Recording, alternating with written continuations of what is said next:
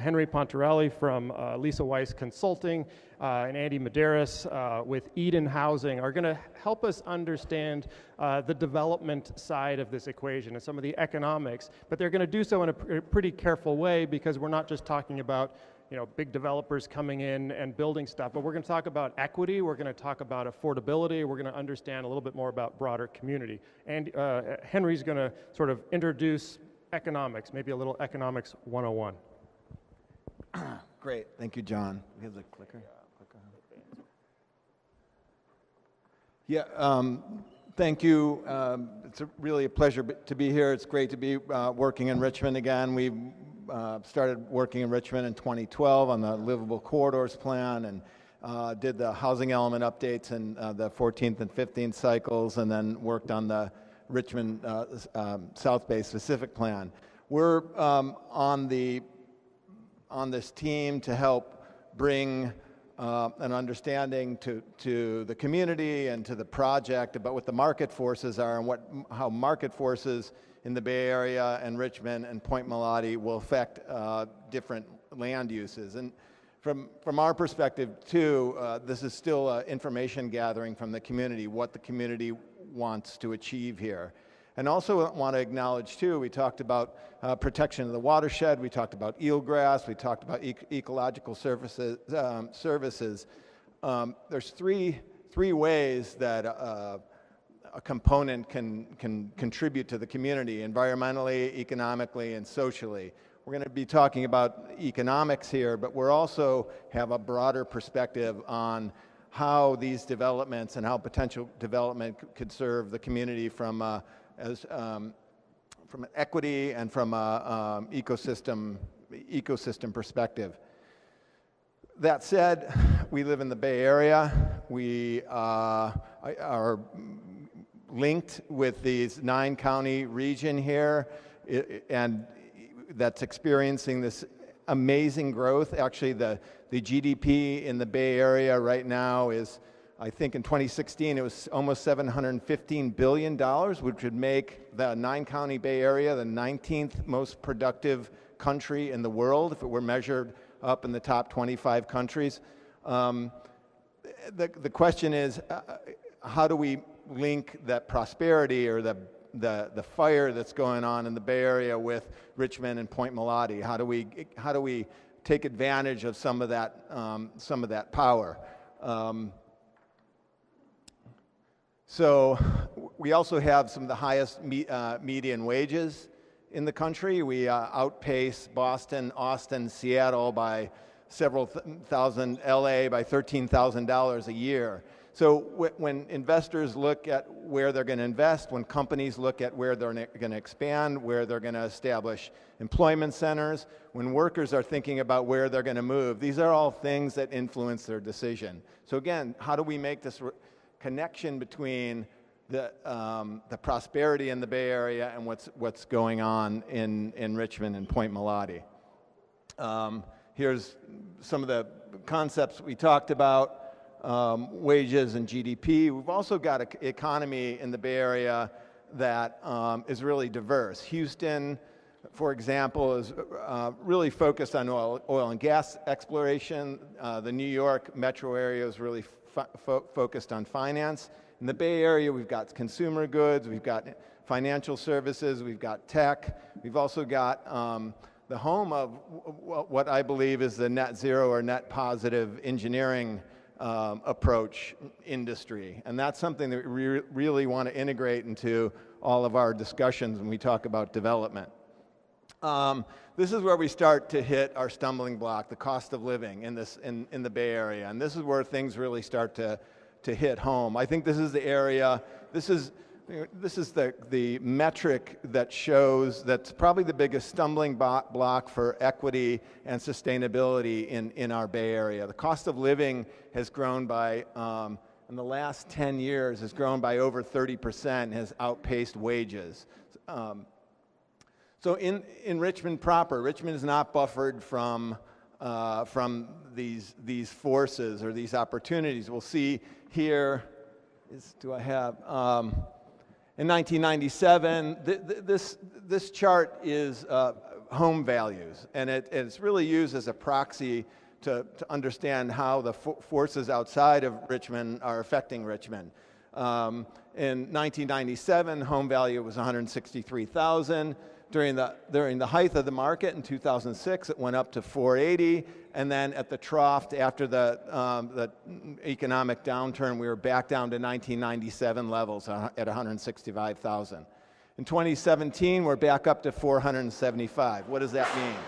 Bay Area, 2017, median home price was, I think, about 700,000. So while you know, at the first workshop, we heard people talking about not being able to afford living in Richmond. Well, Richmond has some of the lower home values in the area. It's still not calibrated right. We still need to figure a lot of things out.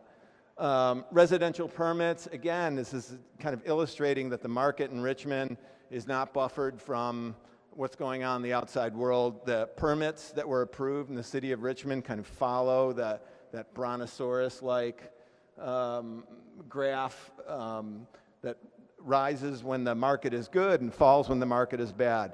It might be a little bit premature to say we're in a recovery, but we had 115 building permits, mostly for multifamily dwellings, approved in the city of Richmond in 2017. Specialization in Richmond. Specialization, there's a metric that used in the economics called location quotient. It simply shows the concentration of workers that you have in your community compared to the rest of the community. In Richmond, we have a high concentration of construction, arts and entertainment, transportation, and much lower concentration in scientific services and IT. So just an idea of how the market is looking at Richmond and where maybe some opportunities are. IT is actually the percentage of workers in the city of Richmond in IT is 2%. So we view that as a potential opportunity. You know, previous findings, the Urban Land Institute and Sedway Consulting have kind of gone before us. They've talked about some of the advantages and disadvantages here. Certainly, it's a beautiful piece of land. We have some of the last undeveloped land. We have close access to San Francisco, the rest of the East Bay, the peninsula. We have some amazing historic resources. Disadvantages, of course, we've all talked about this before. There's a tremendous amount of infrastructure that would be needed for any kind of development outside of passive uses, and also accessibility. There's one road in and one road out. We're surrounded by Chevron. There's potential for incompatible uses. But our goal is to start at yes and kind of work backwards and figure out what the community wants and try to figure out what the economic impacts are.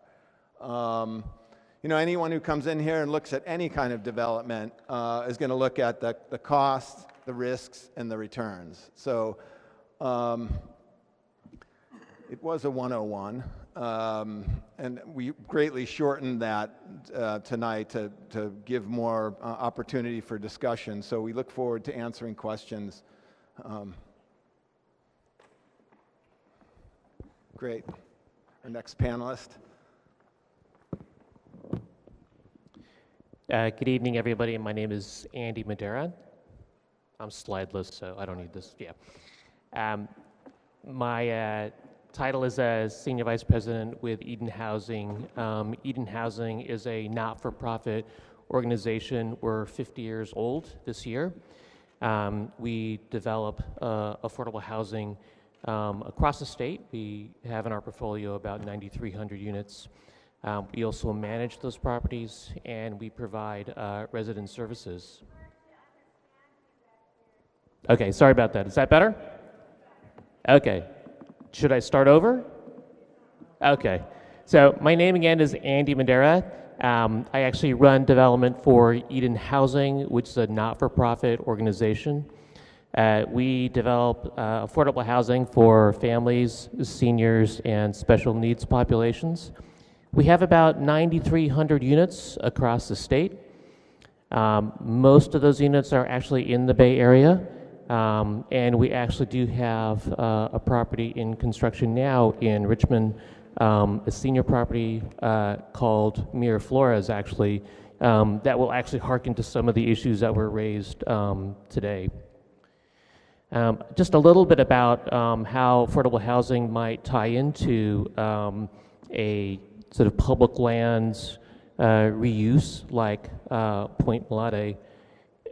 Quite a few properties that are being repurposed by public agencies, whether they be surplus lands, whether they be base reuse, often have where it's determined that residential housing is an appropriate use, there's oftentimes a requirement that a percentage of those units have an affordable housing component to them.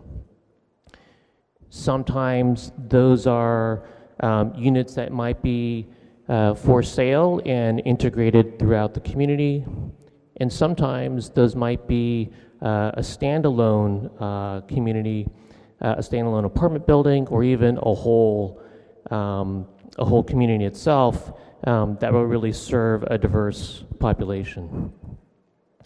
So we do that. We're currently involved in Alameda Point, which is a reuse project out in the city of Alameda and has really been going on for decades.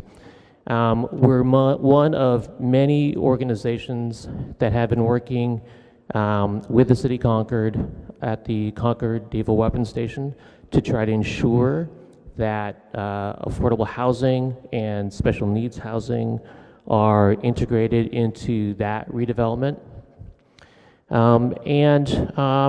We've been involved in any number of sort of reuse of publicly owned lands into housing that might have a housing component.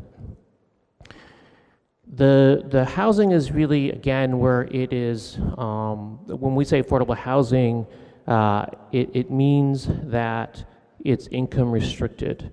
It may also be restricted to certain types of populations. So, for example, you've heard me say special needs. We're often referring to populations that might have a disability, or populations that might have mental or other disabilities, and that might have been formerly homeless. We might have populations that are senior. We might have veterans populations. So, and we might have communities that really involve all of those different populations in one community working together. I would say that many of the concerns that were addressed here about stormwater treatment, bay-friendly landscaping, historic preservation, those are all issues that market rate developers and affordable housing developers all deal with in all of our developments, particularly in the Bay Area, where really so many of our sites are all infill sites and all have issues that may be sensitive. So when we get to a point of trying to figure out what we're doing and how we try to mitigate some of these issues, it really involves a very long, detailed planning process as we go through that through the CEQA process, and as we go through community planning processes, all those issues try to get addressed. I could talk a little bit specifically about what we're already doing at Richmond, which is we're building an affordable senior site. We're actually complete. We're actually in the lease-up phase right now. That's actually a site that had it had been a nursery owned by a Japanese American family that had been interned during World War II. So there were historic elements at that site that were removed and are being preserved and actually are going to be returned to that site. It involved environmental issues because there had been certain chemicals that were used, and so the ground was dirty. And so the city of Richmond actually, through their redevelopment agency and later through their successor agency, actually conducted a cleanup of that site.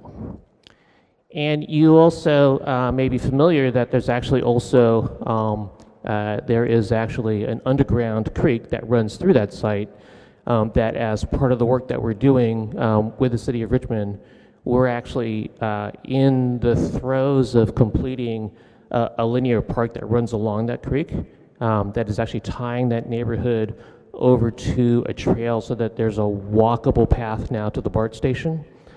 And the city is going to come in after we're done with our part, and they're going to complete the daylighting of that creek there. So right now, it's not even a culvert, it's on a concrete pipe, and they'll be daylighting that creek.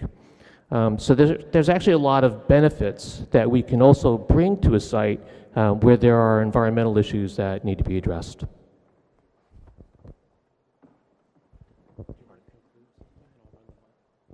Sure. I think that concludes the economic presentation on this. We really want to leave the floor open for discussion, for questions from the community. So if you raise your hand, let's talk about this. You have the mic with Andy up there. Here it comes. Thank you. Thank you. I have a couple of points I'd like to make with you folks. Okay, how's that? Picture having Michelangelo sculpture, and you're very proud of it, and somebody comes along and they put a Skippy peanut butter poster on it. How would you feel? My name is Charles Smith. I've been doing work at Point Molate for 3 years now. Part of a Point Molate Friends, a group of people that volunteered to take care of that park. We go down there every Tuesday from 10 to 11. We go there in the winter, summer, spring, fall. And we clean that park up from 10 to 12 and sometimes longer. And some of us actually go there even more than that. Why do we do that? We do that because the city's practically broke. They got a park and recs department that's running with approximately 3 people on a good day. They have no time to go down there. So what you see when you go down there and you say, oh, this is really beautiful. Yeah, it's beautiful because we're doing the work for the city. But it's a pleasure. And the reason it's a pleasure is because we get to walk across or look across the street and see a beautiful, beautiful work of art. Undisturbed. We see the animals that are there, the insects that are there. We see the plants that are growing there. We see them come in and go. Now, you'd never convince me, not one of you experts, that putting in housing there is a good thing, because you obviously are either blind or hate beautiful things to do that. But there's another element to this. You do not put housing next to a refinery. You simply don't do that if you care about human beings. And furthermore, there's no way to get out of that park, no matter what this guy tells you about we're going to put in a 5-lane road and all that. It's absolute BS. There is no way.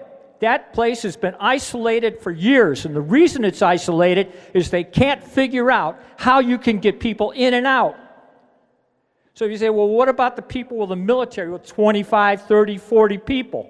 They're talking about bringing in 760 units, which will be more in the future. Let's just assume that the storage tanks that are up above that land are on Chevron property, hold jet fuel and crude oil. if they were to explode, and they have just recently on 2 different refineries, one in Wisconsin and one in El Segundo, you can look it up and read about it. Those people have no way to get out of there, none. Imagine 700 cars lined up on that street and stop at 580. This is what we're up against. This is really has nothing to do with nature, nothing to do about preservation, because Chevron has already offered them $50 million in 2004 to buy it and turn it over to the East Bay Regional Parks. And they said no. Why? The profit motive. For them, not us, not the residents. Again, when the casino was there, another offer from Chevron, $80 million. And we'll turn it all over to East Bay Regional Parks. They said no. Why in God's name would they say no? We fought against that casino and we booted off city council members because they were selling us out, and now again we find the same battle. Only this time these people are trying to tell us, wouldn't housing be lovely? The answer for me is no. And I hope that's the answer for you folks. Thank you for bringing that up. Okay. We have a question over there. If we could keep it to a little bit more concise so we can get through more comments, that would be appreciated. Yes, well, I agree with Charles, and I would like to ask a question that is sort of a more practical type, and that is, it was mentioned about putting in swales and permaculture and so on, making the possible to have people live there and what have you. And how do you make sure that that happens, that it happens properly? I want to give an example of something that Point Richmond has been trying to deal with for a number of years, and that is with the Tech Center 2 being built and having a place for the frogs from Frogtown, and how that's never been taken care of in all these years since Tech 2 was built. Thank you. Thank you. I'm coming to you next. You'll be next.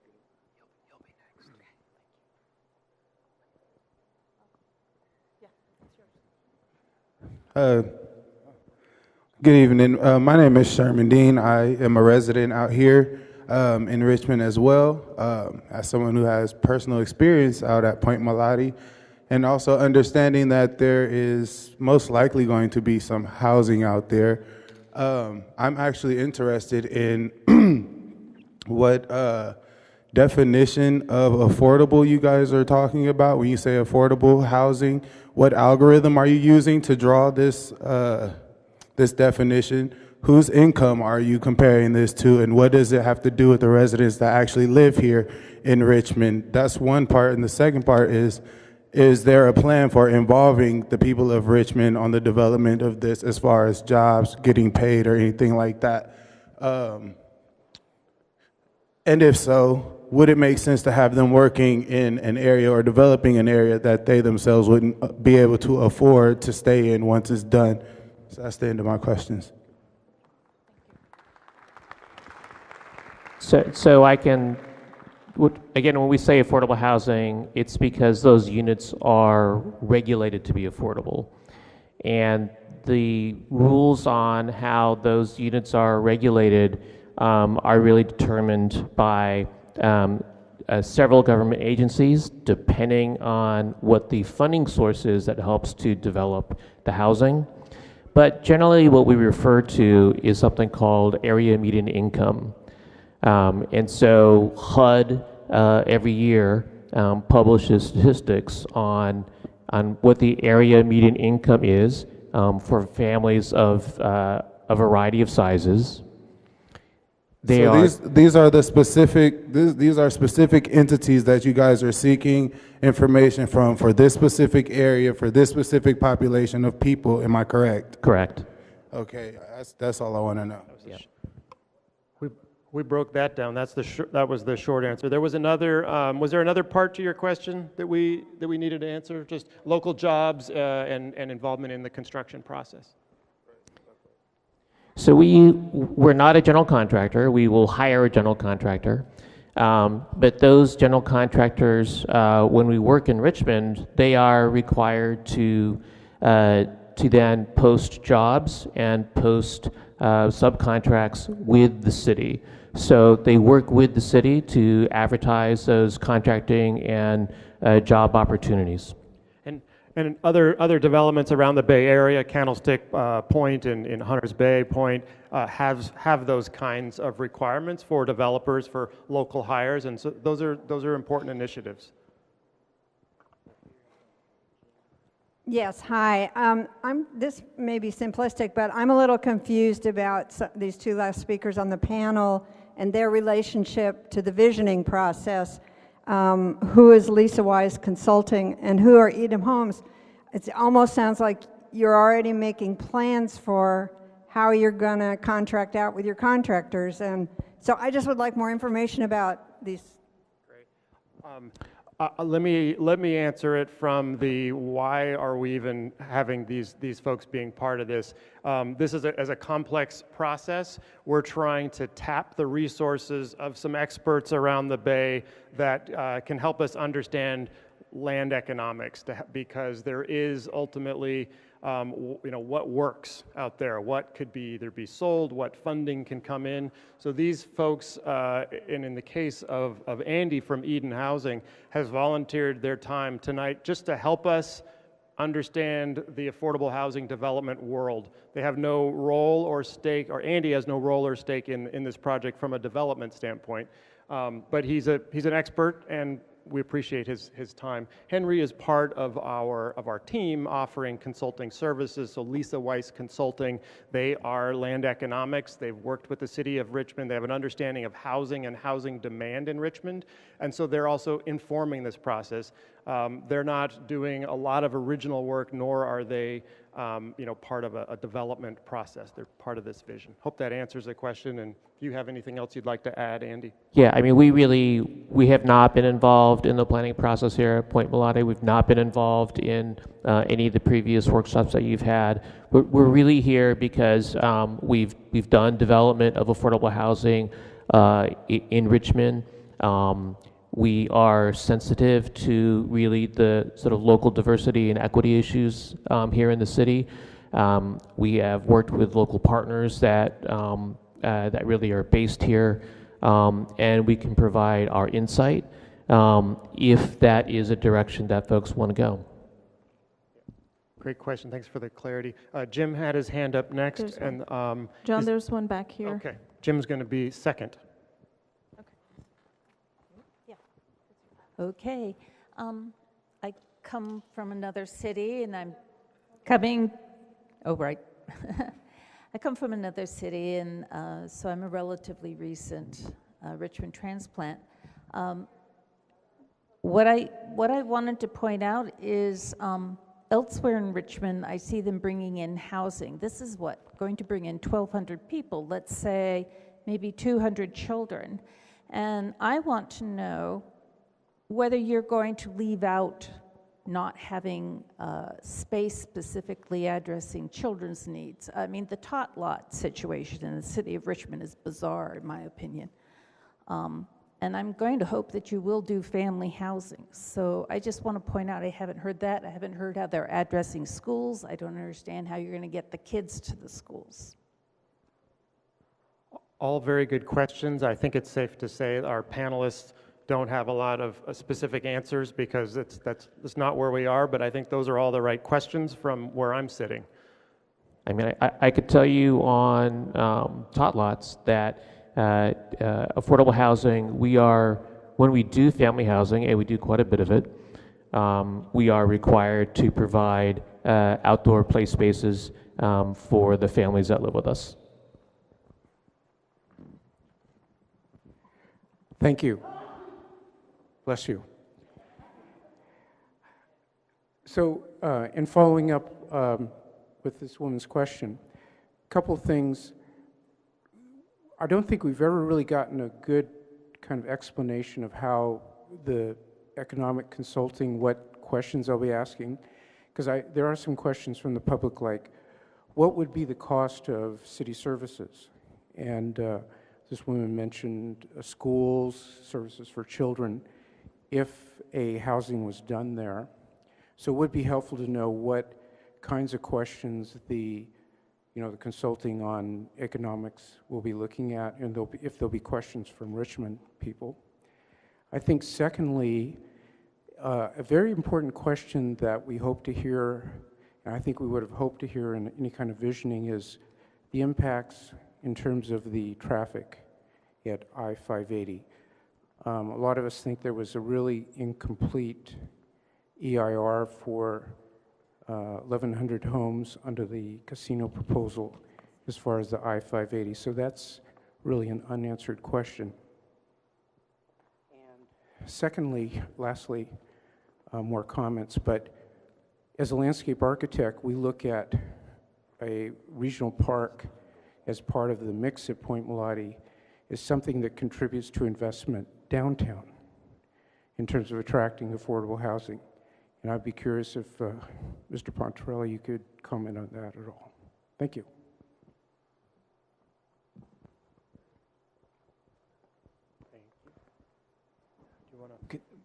What was the last part of the question? I think those are sort of relationship between Point Molate and I think benefits to downtown. Is that sort of broader benefits to the city? Yeah, absolutely. Once the development, the structure of the development is put into place, that's something we'll certainly look at and continue to reach out to the community to get your perspective and to look at the numbers as well. But right now I think we're just we're trying to gather information to understand what that development would look like. There's a question here. Great. You go, Poonam. I'll be next. Hey everyone, my name is Kabir Kapoor. I got a question about the housing. Okay, so let's say we do exactly 670, right? 670 units, right? I don't like the term, I get semantics, I get words, I studied Latin in college, affordable. That's a bullshit term when you talk about housing in the Bay Area. I've lived here for 20 years. So what number are you actually talking? Who can actually afford to live there? Who's actually going to be able to live there? Is this going to be another Point Richmond? Is it going to be Marina Bay, or is it going to be a mixed income housing area? Because that's kind of a question a lot of people are asking about this thing. A lot of them aren't in this room right now, but that's an important question, and hope there's an answer. So I mean, honestly, I don't have one for what will be there. I can tell you that what we do is that we serve everybody from extremely poor to living on SSI or SSD, who might be public housing eligible. So some of our properties are supported through project-based Section 8, up to what you might call working poor. So people who they're working in the service industry, but they're having a very difficult time making ends meet and affording housing in this market. But that's the full range of the types of incomes that live in the types of properties that we develop. I can offer just a follow-up to that, is that you're in a planning process here, and in the conversation, the community makes that determination about what you would have out there. The mission that we would put in front of any developer, housing developer, is how do you create a multi-income, multi-generational, multicultural community in that space. That's how it's done in other parts of the world. They're able to create spaces for all of the people who are part of a community. It's here that we started segregating people by income and house size.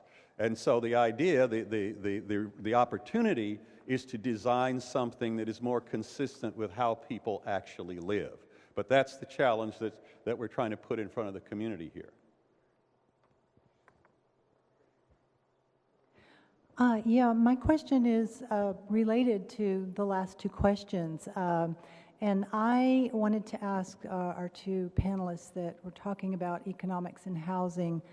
I wanted to ask Well, I mean, there's a thing where you can buy out of building affordable housing if you're a developer. And what happens there is you pay a fee, and then that money goes to build affordable housing somewhere else. So my question to you is, why can't we, since housing and safety and all that is so contentious, why can't we just move the whole thing into the downtown area in central Richmond where we need it, and give that development opportunity, but put it where we really need it and where it really makes sense, not where it makes no sense. And then everybody would probably just be super happy.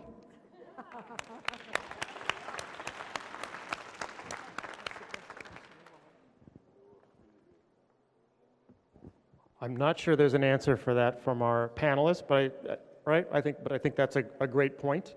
Is that fair? Anybody would like to answer that question?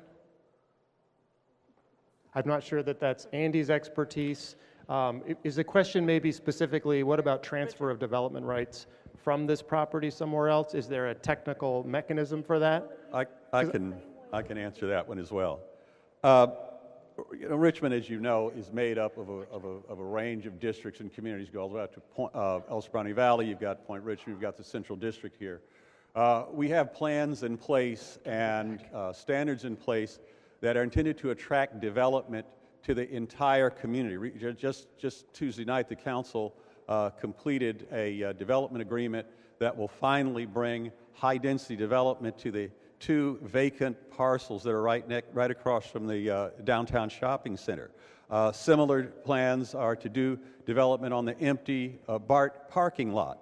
So what cities can do is to set up standards that will attract development, but we don't have the power to say you must build here. This is just like everybody else.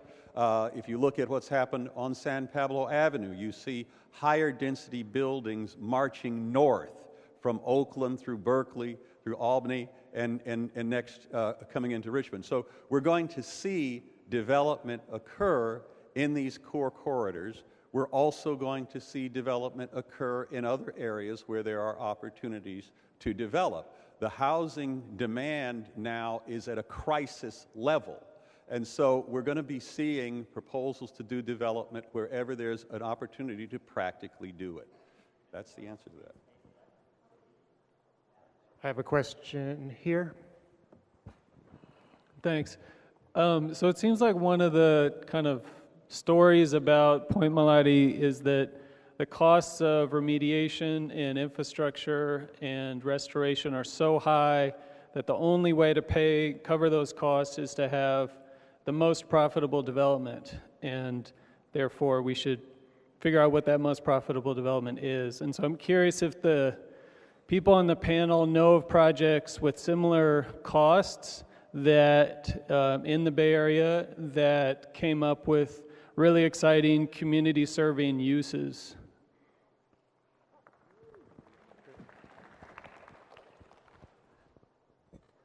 Yeah, I can take that one. We do have an analogous project that we worked on. We actually worked on with WRT and the California Coastal Conservancy as a funding source in Port San Luis in San Luis Obispo County. It was a similar project in that the harbor district where this 30-acre property was is 6 or 7 miles from the road. There was a beach, there was remediation, there was singular access, and their neighbors, Diablo Nuclear Power Plant. So the district had been trying to develop this property for 30 years, but ended up entering into an agreement with the Coastal Conservancy to fund, it was a revenue share, called a revenue sharing agreement, where the Conservancy provided money to entitle the site and then make the site more attractive for a developer. But the intent of the development was to provide more affordable overnight visitor serving uses on the coast. So the development included yurts and campsites and some restaurants and shower facilities. But we entitled the property in 2015, and the Harbor District entered into an exclusive right to negotiate with a developer in 2016. They were granted, they signed a ground lease, and they're going to break ground this summer. So that the money that the Conservancy provided will be paid back over the term of the lease, which I believe is 99 years. Alejandra, at India Basin, that was over in San Francisco. It was potentially contaminated site. I'm in the back talking to you, so all the way from across the room. But I think that was another, really relevant project that you mentioned just a little bit ago. Maybe talk about some of the other public benefits there that went along with that mixed-use development. Yeah, it's a little different because the whole parcel was bought by a private developer, and then they gave half of it for open space, and they participated in helping the rest of the open space that was not part of their property. So it wasn't a publicly owned, only a little portion of it was.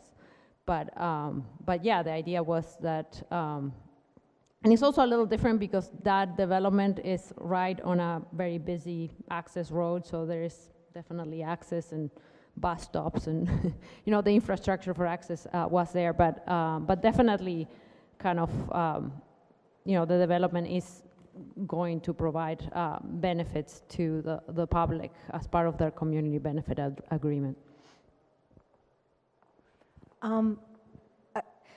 Yeah, I hope I can. Several people said things that I want to ask about, because there's really two things we're discussing here. One is the inappropriateness of putting housing there. Like it's not really an appropriate place to put housing, partly because of the traffic access, partly because of the cost of infrastructure, which mostly I've heard about $50 million being expressed as a cost to the city or to a developer, to somebody, to put infrastructure there. If it's going to cost $50 million to put infrastructure there, we have to sell enough housing and sell the lots, enough expensive housing to pay back the cost of the infrastructure.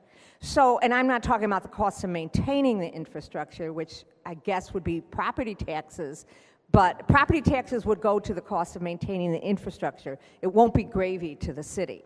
So in order to pay for the infrastructure, we have to build really expensive houses, and maybe more than 670 houses.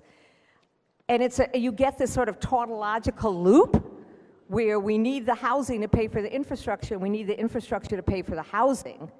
And there's this whole other alternative, which is we have local green sort of self-sustaining infrastructure to pay for a low footprint kind of, I don't know, when you were talking about San Luis Obispo campsites, restaurants, showers, that's more in the line of what we're talking about. And so what we're really talking about is taking a public piece of land, and I think that's what Tarnell said, and privatizing it. Do we want to take this public piece of land that we could do lots of different things with and privatize it? And who is going to get the benefit of the privatizing? And I think it's really wrong to talk about affordable housing there for special needs people or seniors, because it's not appropriate to put seniors, where you were talking about building a path so the seniors could walk to the BART, that's good. Because putting seniors or any special needs people out into a remote piece of land where they can't walk to anywhere is not appropriate for them. So even if we run city buses up there, that's going to be expensive. If you live in Richmond, you know that it's really hard to they can't keep the parkway clean. And I know the city wants to. The city doesn't have a lot of excess money for maintenance. And how are we going to pay for this $50 million thing? And we're committing ourselves to selling these really expensive lots. And one other thing I want to say, Jim Levine, the person we're going to split the profits with 50-50, whether we can't sell them within 4 years, and he sells them later. He's a really shady character. He just got fined for Tetra Tech and the work he did at, was it Bay Point in San Francisco? But on Thursday, there's going to be a big meeting about the Zeneca Marsh, which is right off of, when you get off at Bayshore, between Point Isabel kind of and 580, there's this big toxic site. And he was fined for really a dangerous attempt to clean that up about 15 years ago. So this is not, I don't know why we are privatizing the land and splitting profits 50-50 with Jim Levine, who's been suing us. And we don't own, I mean, I guess I'm talking myself into shutting up again. But I think that, yeah, I would talk about infill, and I would talk about the inappropriateness of putting any development there, and the absolute sham, the myth of putting, you know, senior housing or special housing there. It's not going to, that's not how it's going to come down. Thank you. We have a couple more folks with hands raised that want to answer questions, and I also have to be a little bit the timekeeper here. My most important role right now is to be a gracious host to our panelists, who I know at least one of you had somewhere you needed to be and you couldn't stay too long. And so our panelists are starting to turn into pumpkins. They were available with us till about 6:45, and at least in one instance, a little less than that. So if we could just thank our panelists for their time. These are our partners, our helpers. Thank you guys very much. We're going to continue with comments and with questions. We're adjusting our timeline a little bit. We're going to be a little bit more compressed later on. Two things that came up a minute ago. One was about infrastructure. Yeah, there's a lot of questions about access in and out. There's a lot of questions about what does it cost to develop all this. You know, we're talking about one half of the equation, which is sure there's funding sources to help pay for some improvements. There's development benefits that can pay for some of these things, but there's a lot of money involved in that.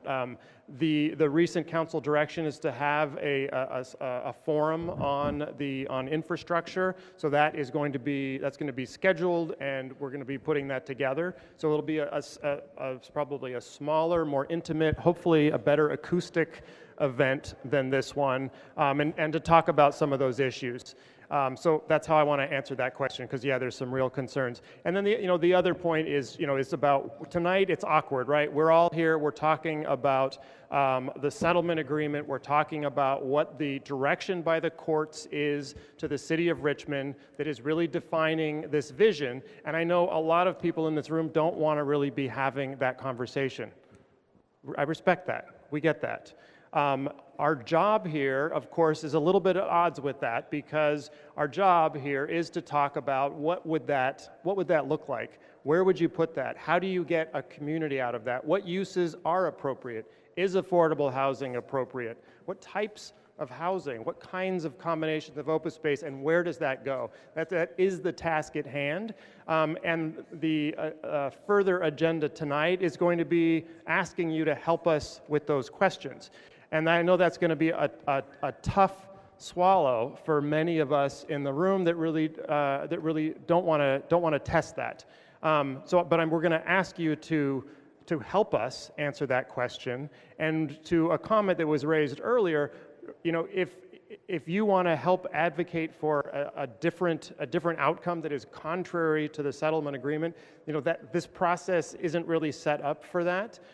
If you would please do both, we would greatly appreciate that. Help us with the challenge of 670 units, all the preservation goals that we also have in mind. Help us go through an exercise tonight to understand that, to understand those trade-offs.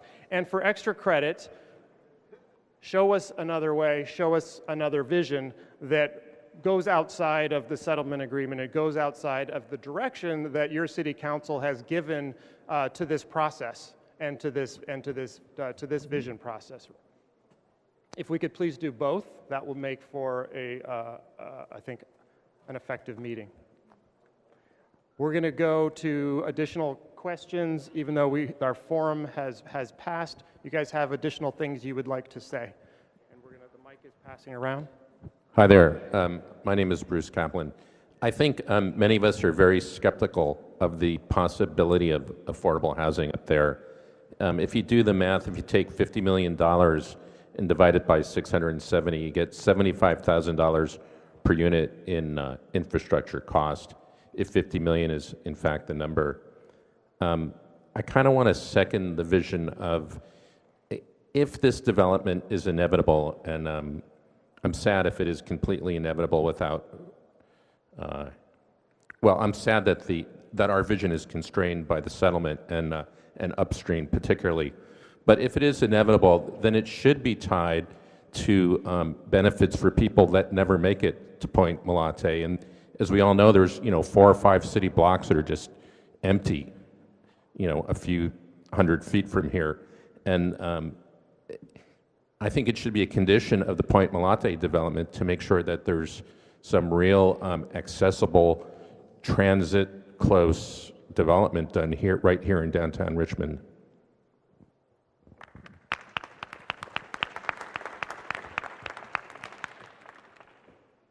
Gentleman here in the front. The figure of $50 million has been thrown out, and I'm just trying to get a verification on what the infrastructure, what the baseline infrastructure is. $50 million has been thrown out, a number of times, and is that in the ballpark, or what's the range? I don't have any sort of an exact number, and the team doesn't either. Construction costs move around. We are putting together some of those numbers. I would say the 50 million's probably in the ballpark. It's a big number, and I can only speak to some of the components, not to necessarily all their costs. I can't get into that level of detail, but there's infrastructure needs in terms of sewer system. There's no gas that goes out to the point. Power would be inadequate. Water service may be inadequate. Fire service, those sorts of things. There's road improvement costs to the main road. Widening it for bicycle access would be appropriate.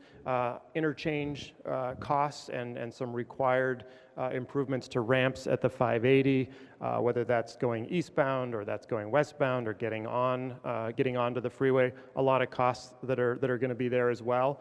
As much money has gone into environmental cleanup out there, there's still some additional cleanup needs out on the site as well in order for certain parcels to be developed, and we'll talk a little bit about that coming up. So no shortage of needs, not great accuracy yet on some of the costs, but Robert Stevens, who is here tonight and is listening in and is going to be part of the forum on infrastructure, will be able to offer at least what's been some of the historic calculations associated with a lot of those improvements. Question over here. Okay, going there. I'd like to pick somebody who hasn't gone yet. That would be me. Yes, after you. This is an information piece. I spent 17 years of my life working for people who live on SSI and SSDI. You may not know, but Governor Schwarzenegger balanced the state budget by taking away their cost of living adjustments every year, 2008, 2009, 2010, up until 2015, when our governor generously gave those seniors and those people with disabilities $4.32 a month increase. Whatever development happens in the way of housing, there's affordable and there's affordable. In 1980-something, the city of Modesto passed an ordinance that any developer that built anything in Modesto would set aside some number of units for people with disabilities or for seniors. I can tell you that statistics are the fastest growing segment of the population for the next 20 years are people 80 years old and older, and they're not getting more healthy. I'm just giving this to you to keep in mind about what's affordable and for whom. Yes. According to the settlement, 670 units will be built there. So if this is a given, then we should have traffic flow solutions for 670 units. Where is that plan for 670 units? That would be a good place to start.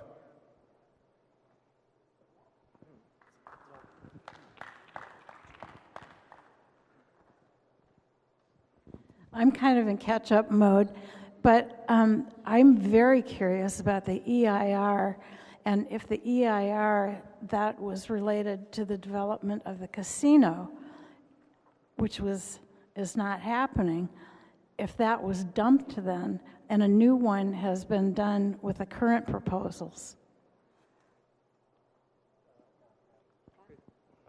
Good question, and somebody back me up on this. There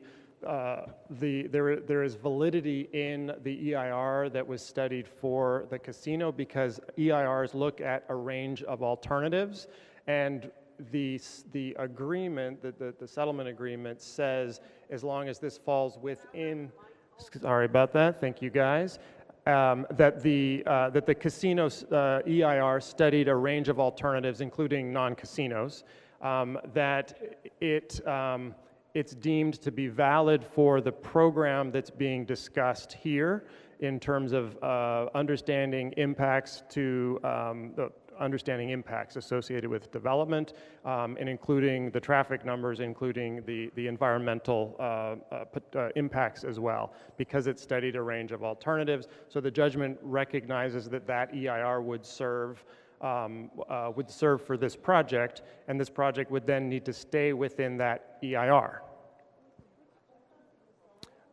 And this is my read. So if somebody has a different perspective on the city side, I'd welcome that. The settlement agreement that we're speaking about is the judge's direction between the city of Richmond and Upstream as they settled their development dispute, and the direction is to move forward with the development of 670 units, or the entitlement of 670 units on a portion of the property, and the sale of the property. All of that information is available on various websites, including the website for this project and this vision process, and that is richmondpointmolate.org. And the PDF of that piece of paper is there on that website in the resources there, and a lot of other really good stuff for you. There it is. So just a quick point on that. The EIR that was done for the casino did not take into account the accelerated congestion of traffic that we now see on 580. So there will at least need to be some upgrading because that problem hasn't been solved at all. But going back to the earlier questions, one is that it's a fair thing to say that the settlement that was arrived at, the one that you referred to as a judgment, was arrived at because Mayor Butt was the team leader for the city and Jim Levine was the team leader for Upstream in the tribe. And they both want to see a lot of development out on Point Molate. And so no surprise, both sides of the negotiation wanted development, so you get development. All the judge did was to say, well, if you guys all agree to this, then it's good enough for the court, and turned a settlement agreement into a judgment. And that's a normal thing that happens in lawsuits. And that's typical, so that's not a surprise. What's a surprise, though, is that then that plan, in order to be turned into city policy, has to be approved by the City Council. And according to the Brown Act, which is the Public Hearings Act of California, that's supposed to be done in public, but instead it was done in closed session, which you can do for a piece of litigation, but then it was not brought to the council in a public session to talk about the decision and have public input before the decision was finalized. And that's why there's a Brown Act lawsuit against the city. So this judgment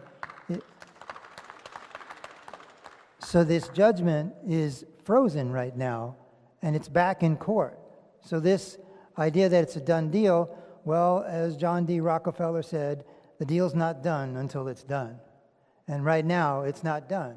It's frozen, and while the judge is reviewing this. So there'll be an issue over what happens with the Brown Act. But aside from that, going back to this issue, regardless of the Brown Act, if the city council does in open session eventually go through a public process and say we want 670 units out there and settle the lawsuit on that basis, then it can be done in public and solve the Brown Act problem, which is what the mayor should have done in the first place.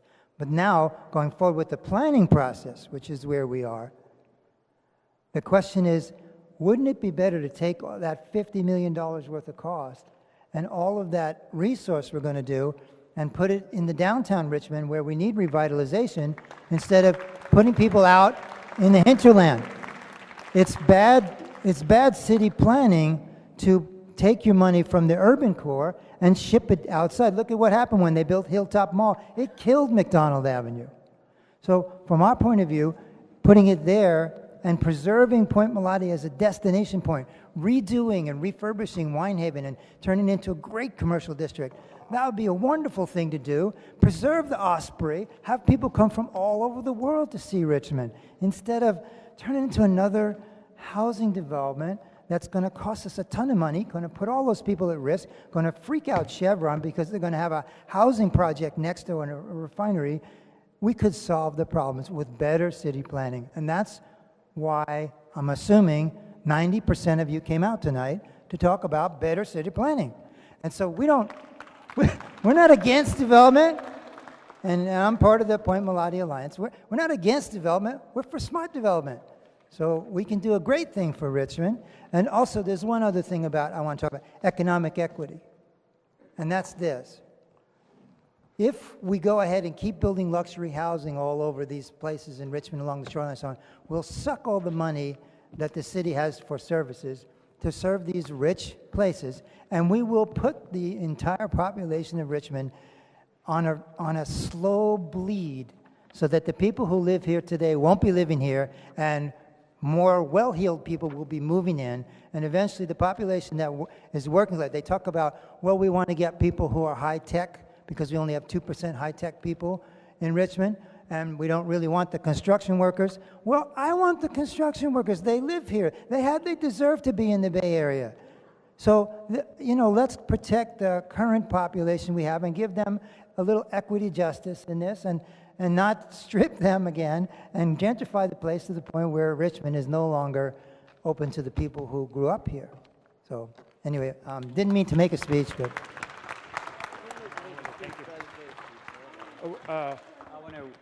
Yes, so I would we gotta first of all say ditto to Robert. Nothing's inevitable except death and tax cuts for billionaires when you have a Republican Congress. This is a picture we took. I'm with Citizens for Sustainable Point Molate, it's part of the Point Molate Alliance, and we've raised money to bring high school kids from JFK and Richmond High School out to Point Molate. We've had these incredible classes, taking them up in the watershed, learning botany and science. The Health Academy at the Richmond High School was down in the beach park that we built. We reopened after 30 years, and they were doing water quality testing, and then an osprey came down and grabbed a fish, and the kids all went ballistic. A couple of minutes later, as they're going for pizza, 3 kids are like screaming. I run over, what is it? And there's like a post lizard on the tree. I go, what do you think? It's like a miniature dinosaur. I mean, we've got a world-class headlands here that could be a legacy for the youth and the people of Richmond. And tonight we're on this sort of dual track, where on the one hand, there's a settlement agreement, and they're checking boxes saying, yes, we had public input. And on the other hand, the people who turn out actually overwhelmingly want to protect this, want green space and want equity and want real participation in the future of Richmond. And I think that if this Brown Act lawsuit succeeds, and basically what they did with this settlement is kind of a reach around to avoid the public process.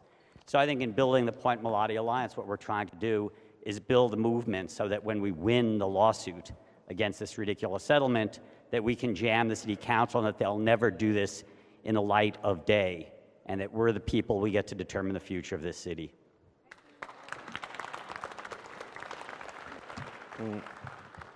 From what I've read, if this settlement wasn't public and if it was not transparent, it violates Title 14 of CEQA, the California Environmental Quality Act, and is not even legal and makes all of this moot. I would certainly like to hear from an attorney on that, or was someone... Is that not true?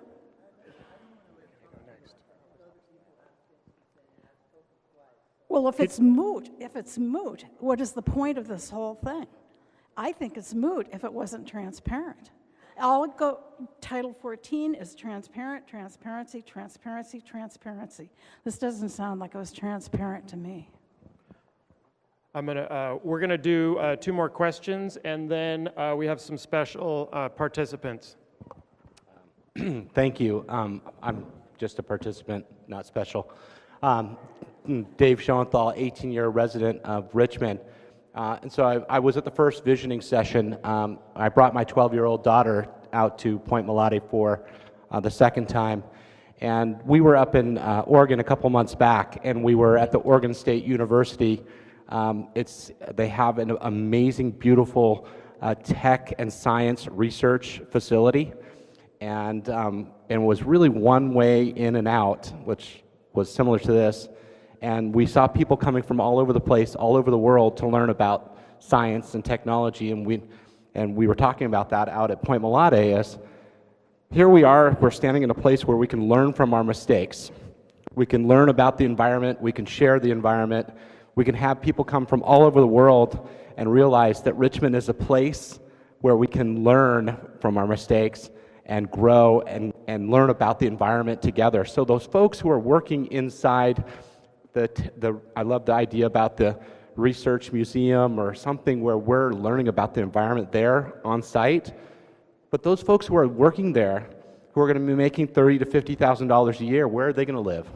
So why not have them living in the environment there, having it be a sustainable environment, so they are not having to drive in and out of Point Molate all the time, but that it's there where they live, they reside, they care for the area. So I think that we look at the housing component as the revenue stream, but maybe the revenue stream isn't necessarily the housing. Maybe the revenue stream is people coming from other places here, bringing their money to it's like ecotourism, right? So they get to learn, and we get to grow, and we get to share the space with everybody from around the world, not just our community, but the world. So with that, I appreciate the time. I give it back to you. Thank you. I'm going to go here, and then we have our green team. So, John, you brought up something that actually was in a city council letter in N2, which said that the city should be considering a plan from the residents putting aside the settlement. That's in case that the lawsuit on the Brown Act is successful, that they would not have to do a redo. So I'd like just some clarification. We can and should, it's our community process tonight. If we want to talk about what we really want in a plan, we should do that and say this is really our preference. Is that okay? We would love you to do both. I think that always looking at a spectrum, looking at what would be an amazing open space vision, I think that's good. I think looking at what is a mix of things, and yes, what would fall under the settlement agreement would meet the intent.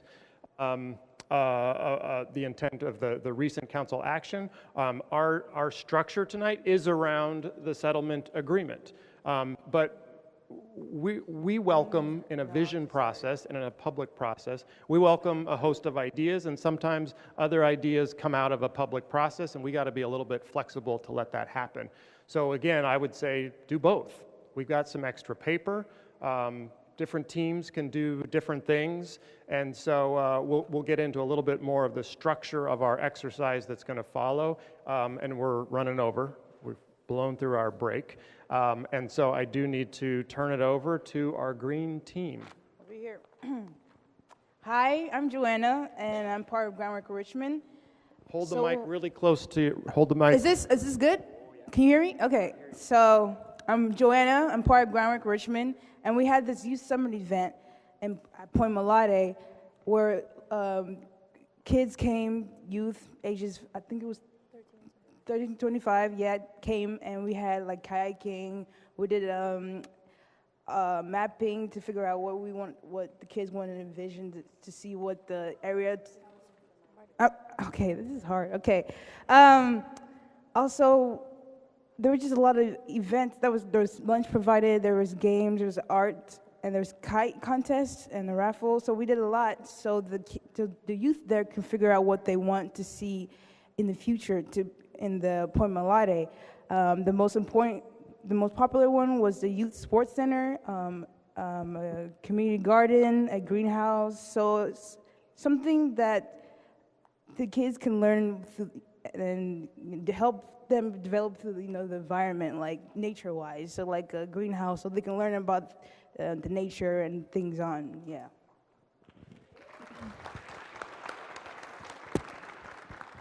Hi, my name is Erica, and what I really liked about the Youth Summit was that we were able to bring, like she said, the youth to Point Molate. We don't really see much youth here, but I liked it because we were able to come together and actually learn the history behind Point Molate, out of the buildings that were there, the military bases, the bomb shelters. We were able to actually get out and experience the inside, and they had some ideas because we don't really want to destroy the history there. We could, like, with the buildings there, we could repurpose them into something bigger. They thought about the history, like making it into a museum, the buildings there, and yeah.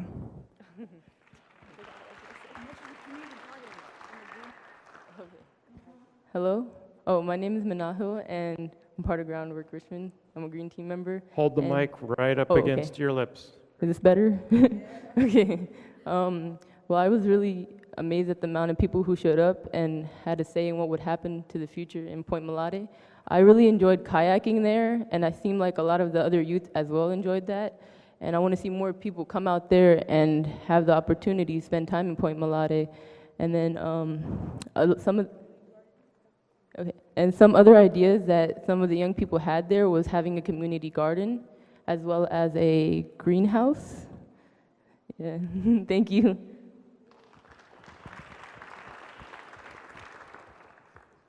Hello, my name is Jose, and I think what I liked most about the Youth Summit was that we were able to bring people out there, because I personally myself had never been out there. I didn't even know that existed before they actually took us on a couple of weeks before the summit to plan it out. And I think what I got most from it was an activity that we did, and we kind of had a big map and had the youth like label where they would want things. And one thing I saw was that they were struggling to put buildings and like housing units. And I think the reason was because it's just a like beautiful natural area, and they want to keep it that way. And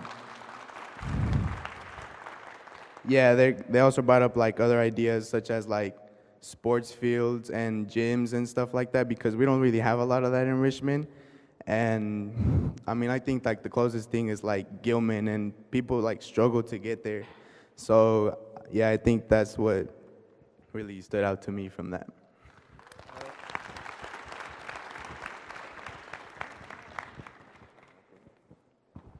Anything else from Green Team? Any thoughts from this evening? You guys have been here as part of a big public meeting. Any other thoughts? I mean, I would have definitely liked to have seen more youth out here, but yeah, I see that we can't. Maybe for next meeting, we would want to invite more youth and try to have more youth out here. Yeah. Great. Agreed. These folks. Just another round of applause for these folks. They have. They were not only really important participants in the Youth Summit, they helped to organize it, they helped to bring the youth out. There were over 60 youth, I think you said between 13 and 25. How many the people that you talked to, that was the first time they'd ever been out to Point Molate? Anybody been out there before? I never been out there. Yeah, No. so it was like the first time a lot of folks had ever really been out there, and they saw just what a beautiful and amazing They enjoyed the place view. it is. They really enjoyed it because it was a wonderful view. There was like a bridge right in front, and it was nice. It was refreshing. And the kayak group got to do what I haven't done yet, which is to paddle out to the sunk ship there on the southern end. I was pretty jealous watching you guys go out there. Please continue to stay involved in this process and to help us outreach to youth. We've targeted specific outreach activities to make sure that the youth are aware of this and are able to come.